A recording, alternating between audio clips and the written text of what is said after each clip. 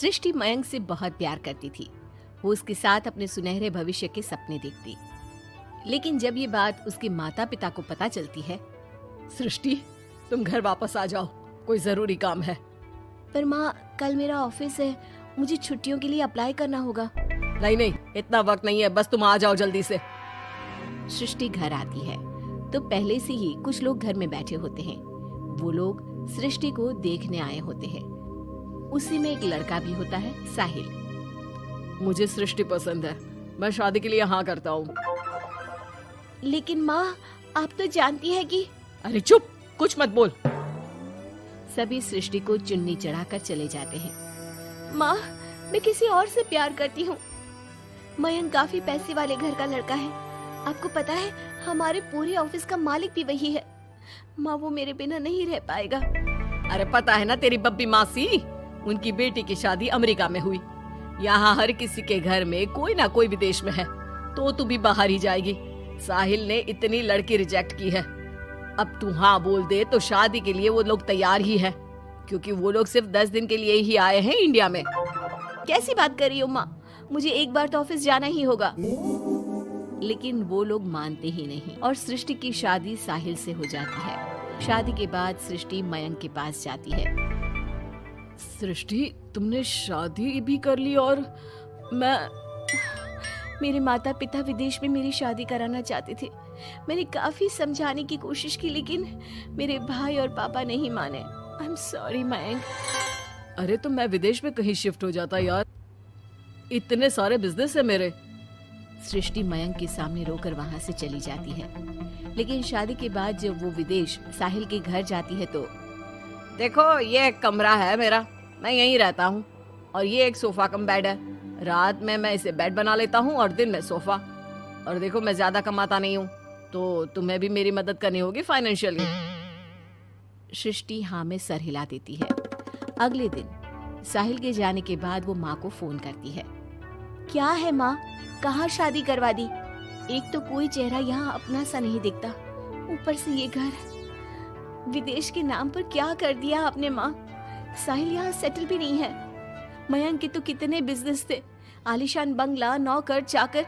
यहाँ तो मैं खुद नौकर बनकर रह गई हूँ। ये क्या किया माँ आपने? अरे क्या बताऊं बेटी, तेरे पिता ने जो कहा मैंने वही किया। अब जो कुछ भी है वो तेरी किस्मत है भाई, जैसी भी है। वहीं सृष्टि का भाई सारंग एक लड़की से प्यार करता है। माँ, मैंने शादी कर ली है निशा से। क्या? शादी कर ली? और वो भी निशा से? अरे उसके माँ बाप तो नहीं मान रहे थे ना। भाग्य की है माँ, अब वो अपने घर में और मैं अपने घर में। और कैसी बात कर रहा है, उसके पिता तो बड़े कमिश्नर है, उठाकर जेल में डाल देंगे तुझे। तभी तो किया है पापा, और ऐसे कैसे डाल देंगे जेल में? लड़की उनकी भी बालिग है। अरे पर बेटा, वो लड़की ठीक नहीं है। देखो, किसी लड़के के बारे में ये बात मत बोलो। तुम्हारा लड़का ठीक है क्या? काश मैंने सृष्टि की शादी भी उसकी पसंद से की होती, तो आज मुझे इतना रोना तो ना आता। अरे माँ, तुम उसकी बात पर मत आया करो ना, विदेश में है जहाँ लोग जाने के लिए मरते हैं। हाँ, लेकिन छोड़ो और ये बताओ कि बहू को घर कैसे लाया जाए।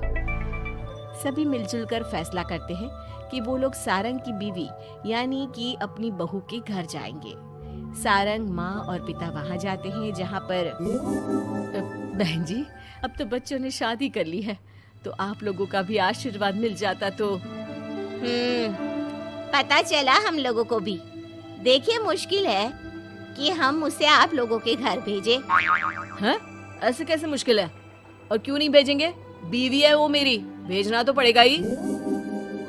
लड़के को बहला फुसला कर भगाने के आरोप में अंदर कर दे क्या? अरे देखिए साहब, इतना कानून तो हमें भी आता है, आपकी लड़की कोई नाबालिग नहीं है। तभी वहाँ निशा आ जाती है। रुकिए मम्मी पापा, सारंग में कोई कमी नहीं है, हम लोग इसे कोई बिजनेस खुलवा देंगे ना। देखो, एक बात बता देती हूँ, मुझे तुम्हारे घर नहीं जाना। अरे ऐसी कैसी बात कर रही हो? हम लोगों ने शादी की है, पति पत्नी है हम दोनों, और क्यों नहीं जाना? तो फिर शादी क्यों की? शादी इसलिए की क्योंकि तुम मुझे अच्छे लगे, लेकिन इतना बड़ा घर शान और शौकत छोड़कर तुम्हारे साथ आने के लिए मैं रेडी नहीं हूँ। एक तो तुम्हारा घर जिस मोहल्ले में है वो मोहल्ला बहुत खराब है, वहीं से शायद हमारी काम वाली भी आती है ना माँ? हाँ हाँ, इन्हीं लोगों के पीछे वाली गली से आती है कमला। देखो सारंग, पापा हम लोगों को आराम से पॉश कॉलोनी में फ्लैट दिला देंगे, काम भी शुरू करवा देंगे, तो तुम हम लोगों के साथ रहो। रही बात माँ पापा की तुम्हारे, तो रोका किसने है? साल में होली दिवाली मनाने हम जाया करेंगे ना उनके घर।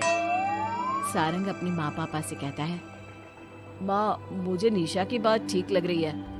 वैसे भी आप लोगों के साथ तो पूरी लाइफ स्ट्रगल ही करता रहूंगा। अरे कैसी बात कर रहे हो सारंग, हम लोग यहाँ बहू लेने आए थे, बेटा देने नहीं। अब देखिए जो होना था वो तो हो गया, अब तो आप सारंग को यहीं छोड़ दीजिए और विदाई लीजिए। हाँ हाँ माँ, मैं अब यहीं रहूंगा, आप लोग जाओ, मैं अब उस मोहल्ले में नहीं आने वाला। सारंग के माता पिता वहां से चले जाते हैं। अब जब भी माँ सारंग को फोन करती तो या तो वो फोन काट देता या उठाता ही नहीं।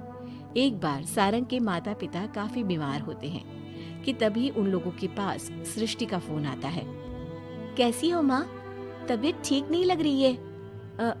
तुम्हें और पापा को कुछ हुआ है क्या? अरे बेटा 2 दिन हो गए हम लोग कमरे में बंद है, कोई डॉक्टर के पास ले जाने वाला तक नहीं है। हाँ माँ, मैंने सारंग को फोन किया था लेकिन उसने कहा। अरे वो तो बात तक नहीं करता, पैसे वाला हो गया है ना। रुको माँ, मैं कुछ करती हूँ, आप दोनों तैयार हो जाओ। थोड़ी ही देर में उन लोगों की डोरबेल बजती है। माँ दरवाजा खुलती है तो सामने एक हैंडसम सा लड़का लंबी कार लेकर खड़ा होता है। मयंक हो ना तुम बेटा? मयंक उन दोनों के पैर छूता है और डॉक्टर के पास ले जाता है। डॉक्टर, मैं आप लोगों को अंकल आंटी के घर का पता दे दूंगा, आप इन लोगों के घर हफ्ते में एक बार जाकर रूटीन चेकअप कराना। जी जी मयंक जी, जैसा आप कहें, आखिर ये अस्पताल आप ही का तो है। मयंक का रुतबा देखकर माँ बाप को अफसोस होता है कि क्यों उन लोगों ने विदेश के नाम पर बेटी को बाहर भेज दिया, लेकिन बेटी ने भी उनका मान रखा। चाहती तो निशा की तरह भागकर वो भी शादी कर सकती थी। क्या सोच रहे हैं आप लोग? चलिए मैं आप लोगों को घर छोड़ देता हूँ। और हाँ, मैं और सृष्टि आज भी अच्छे दोस्त हैं, तो आप लोगों को कोई भी समस्या हो तो फोन कर दीजिएगा।